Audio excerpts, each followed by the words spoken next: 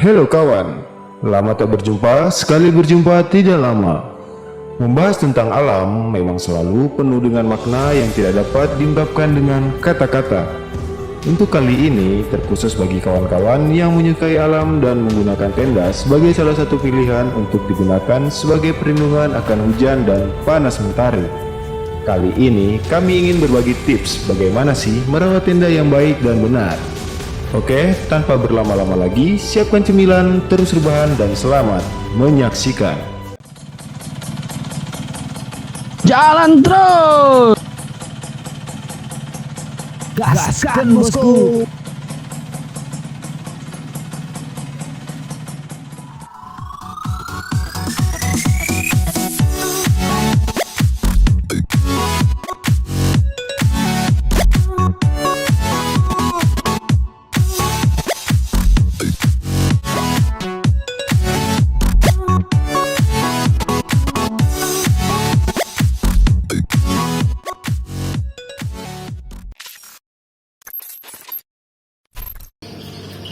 Oke, assalamualaikum warahmatullahi wabarakatuh. Hai kawan jalan terus.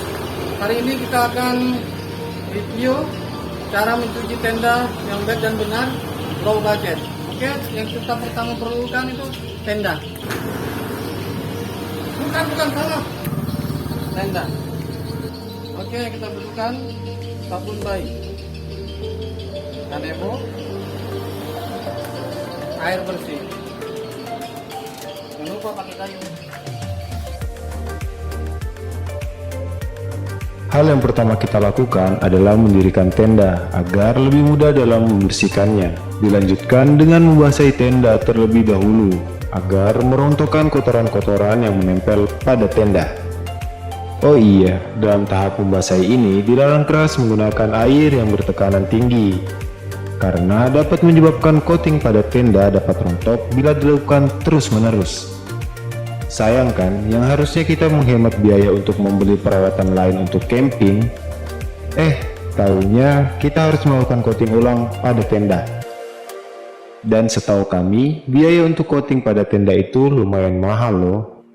Ada baiknya siram menggunakan gayung atau boleh menggunakan alat penyemprot, tapi usahakan air yang keluar tidak begitu kencang ya. Karena di sini temanya low budget, kami hanya menggunakan botol yang tutupnya dibolong-bolongin menggunakan solder. Lumayan berkreasi lah.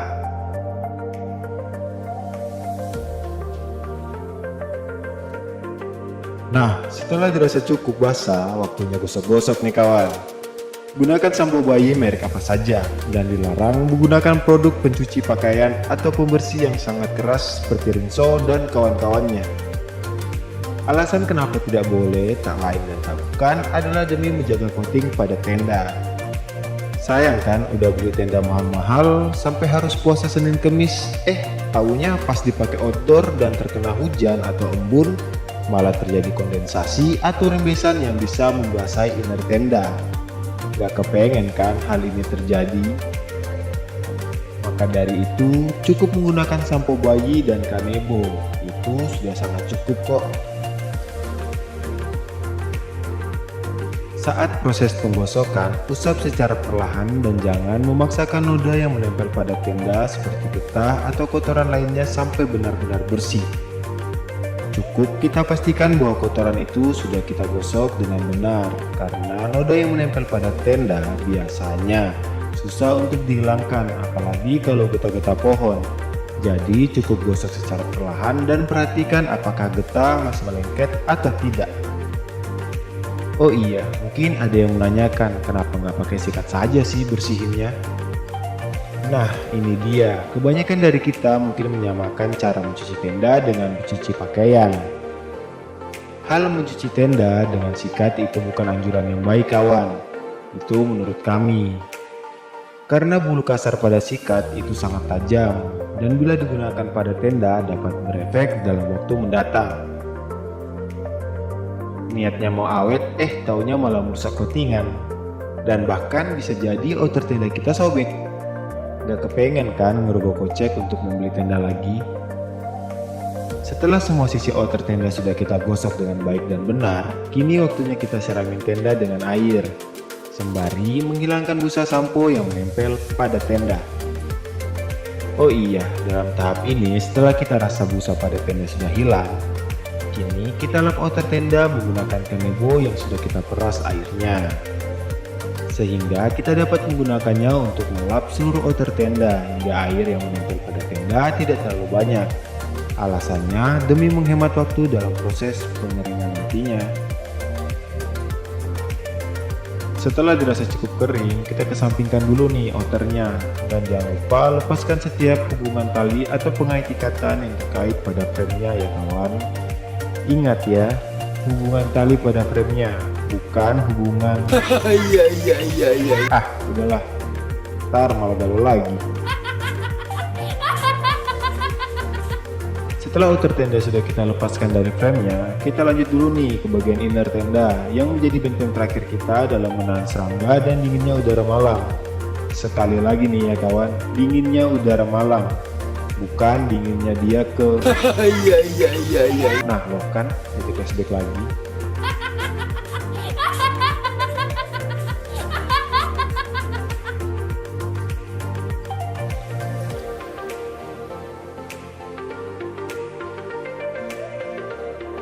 Oke, hal yang harus diperhatikan di bagian inner tenda adalah sudut dalam dari bagian inner.